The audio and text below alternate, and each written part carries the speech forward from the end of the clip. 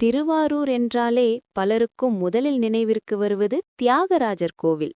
ஆனால் அந்த புனித நிலத்தில் அமைதியாக அல்ல, அதிர்வுடன் நிற்கும் ஒரு சக்தி இருக்கிறது. அவர் நரசிம்மர், உக்ரத்தின் சன்னதி. நரசிம்மர் என்பது விஷ்ணுவின் அவதாரம் என்று நாம் அறிவோம். அநீதியை அழித்து பக்தனை காப்பாற்ற வந்த வடிவு.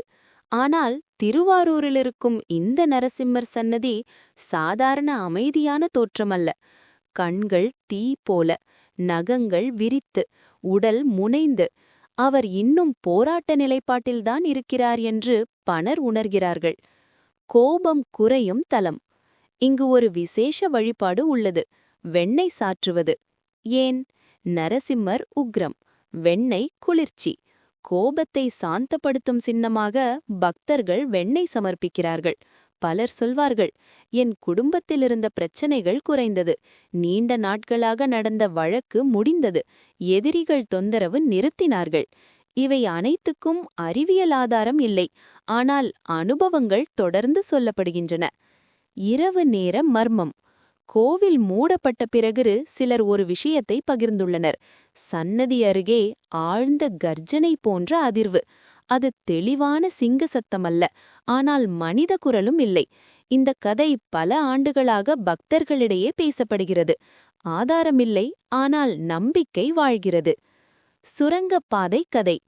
பழைய தலைமுறையினர் கூறுவது, இந்த சன்னதி கீழே ஒரு மறைந்த பாதை இருந்ததாம்.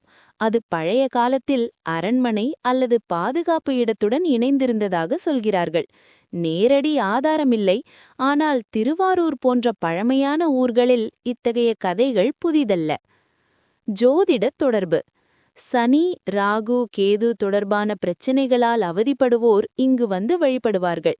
உள்ளுக்குள் இருக்கும் பயம் குறையும் என்று பலர் நம்புகின்றனர். இது தெய்வீக சக்தியா அல்லது மனநிலை மாற்றமா? நீங்கள் நம்பும் கோணமே பதில். இறுதி சிந்தனை. நரசிம்மர் ஒரு புராணக் கதை மட்டுமா, அல்லது அநீதிக்கு எதிரான எச்சரிக்கை சக்தியின் சின்னமா? திருவாரூரில் அவர் இன்னும் விழித்திருக்கிறாரா? நீங்கள் அந்த சன்னதிக்குள் சென்று அந்த தீக்கண்களை நேராக பார்த்தால் அது ஒரு சிலையா, அல்லது உங்களை முழுவதும் வாசிக்கும் சக்தியா? அந்த அனுபவம் நீங்களே தீர்மானிக்க வேண்டியது. சன்னதிக்குள் நின்று ஒரு நிமிடம் அமைதியாக கண்களை மூடி பாருங்கள். அங்கே ஒரு வித்தியாசமான அழுத்தம் இருக்கும். அது பயமா அல்லது சக்தியின் அதிர்வா? பல பக்தர்கள் ஒரு அனுபவத்தை சொல்கிறார்கள். நரசிம்மரை பார்த்தவுடன் உள்ளுக்குள் மறைத்திருந்த கோபம் வெளிவந்தது. அதாவது, இந்த தலம் வெளிப்புற எதிரிகளை மட்டுமல்ல, உள்ளிருக்கும் அகந்தையையும் சவால் செய்கிறது. பழையோர் ஒரு எச்சரிக்கை சொல்வார்கள், நரசிம்மர் சன்னதியில் பொய் சத்தியம் செய்யக்கூடாது. சிலர் அங்கே நின்று நான் தவறு செய்யவில்லை என்று சத்தியம் செய்த பிறகு அவர்களின் பொய் வெளிவந்ததாக கதைகள் பரவியுள்ளன. இவை நிரூபிக்க முடியாதவை. ஆனால் ஒரு விஷயம் தெளிவு, இந்த தலம் நியாயம் என்ற வார்த்தையுடன் இணைக்கப்படுகிறது. கண்களின் ரகசியம். இந்த நரசிம்மர் உருவத்தின் கண்களை நீங்கள் கவனித்தால் புரியும். அவை நேராக பார்ப்பது போல தோன்றும். நீங்கள் எந்த மூலையில் நின்றாலும் அந்த பார்வை உங்களை தொடரும் உணர்வு. இது ஒரு சிற்பக்கலையின் மேன்மையா அல்லது பக்தியின் மன அதிர்வா? ஆனால் அந்த கண்களை பார்த்த பிறகு பலர் சொல்வது, நான் என்ன தவறு செய்கிறேன் என்று எனக்கே தோன்ற ஆரம்பித்தது. தீபத்தின் அதிசயம். சிலர் கூறும் இன்னொரு அனுபவம், சன்னதியில் ஏற்றப்படும் தீபம் சில நேரங்களில் காற்றில்லாமலே அசைவதாம். அது சும்மா காற்றோட்டமா அல்லது உக்ர சக்தியின் அருகிலியா? இதை யாரும் நிரூபிக்கவில்லை. ஆனால் அந்த தருணத்தில் பக்தர்களின் மனநிலை மாறுகிறது. ஏன் இந்த தலம் வேறுபட்டது? திருவாரூர் பல தெய்வங்களின் நகரம். ஆனால் இந்த நரசிம்மர் சன்னதி ஒரு விஷயத்தில் தனித்துவம் கொண்டது. இங்கே மக்கள் அருள் கேட்க மட்டும் வருவதில்லை, உள்ளுக்குள் இருக்கும் பயம், கோபம், பழி இவற்றை விடுவிக்க வருகிறார்கள். இந்த தலம் ஒரு உள்மன சோதனை போல. இறுதி கேள்வி. நரசிம்மர் வெளியில் இருக்கும் எதையை அழிப்பவரா அல்லது உள்ளே இருக்கும் அநீதியை உடைப்பவரா? திருவாரூரில் அவர் சிலை மாத்திரமா அல்லது நீங்கள் நேர்மையாக வாழ வேண்டும் என எச்சரிக்கும் சக்தியா? அங்கே சென்று ஒரு முறை நிமிர்ந்து நின்று பாருங்கள். அந்த கண்கள் உங்களை துளைத்தால் அது பயமா அல்லது உண்மையை எதிர்கொள்ளும் தருணமா? பதில் உங்கள் மனசாட்சி சொல்லும். அந்த சன்னதியில் நிமிடங்கள் மணி நேரமாக மாறும். நேரம் மாறும் அனுபவம். பலர் சொல்வார்கள், உள்ள போனது 10 நிமிஷம்தான் நிலைத்தேன், ஆனா வெளியே வந்தப்போ 1 மணி நேரம் ஆகிவிட்டது. இது தெய்வீக அதிசயமா அல்லது ஆழ்ந்த மனகவனம் நேரத்தை மறக்க வைத்ததா?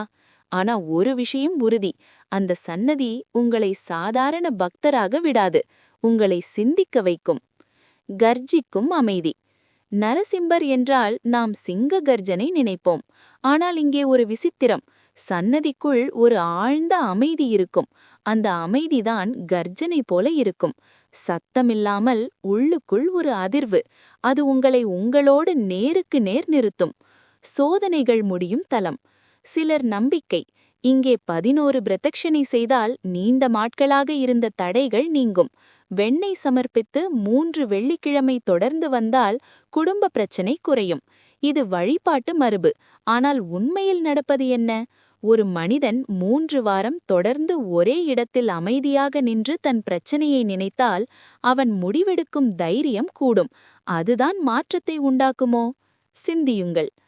பழமையான சிற்ப ரகசியம். இந்த நரசிம்மர் உருவம் சாதாரண கல்லல்ல என்று சிலர் நம்புகிறார்கள்.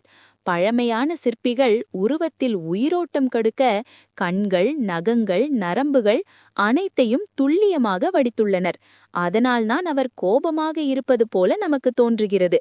இது தெய்வீக சக்தியா அல்லது கலைஞரின் மேதையா? ஆனால் அந்த உணர்வு மறுக்க முடியாதது. ஏன் மக்கள் பயப்படுகிறார்கள்? இந்த சன்னதியில் பக்தி இருக்கிறது, ஆனால் சிறிது பயமும் இருக்கிறது. ஏன்? ஏனெனில் நரசிம்மர் அநீதியை பொறுக்க மாட்டார் என்று மக்கள் நம்புகிறார்கள். அதனால் பலர் இங்கே ஒரு விஷயத்தை மட்டும் வேண்டுகிறார்கள், என் மனசு நேர்மையாக இருக்கணும். அது பெரிய வேண்டுதல். கடைசி சிந்தனை. நீங்கள் திருவாரூர் நரசிம்மர் கோவில் சென்றால் அருள் கேட்க மட்டும் வேண்டாம், உங்களை உங்களே கேளுங்கள். நான் எதிலாவது அநீதி செய்கிறேனா? நான் யாரையும் காயப்படுத்துகிறேனா? என் கோபம் யாரை அழிக்கிறது? அந்த கேள்விகள் உள்ளுக்குள் எழுந்தால் அதுவே இந்த தலத்தின் உண்மையான அதிசயம். நரசிம்மர் வெளியில் இருக்கும் இருளை அழிப்பதற்கு முன் உள்ளே இருக்கும் இருளை காட்டுகிறார். அதை எதிர்கொள்ள தயார்தானே நீங்கள்? அங்கேதான் இந்த மர்மத்தின் உண்மை ஆரம்பமாகிறது.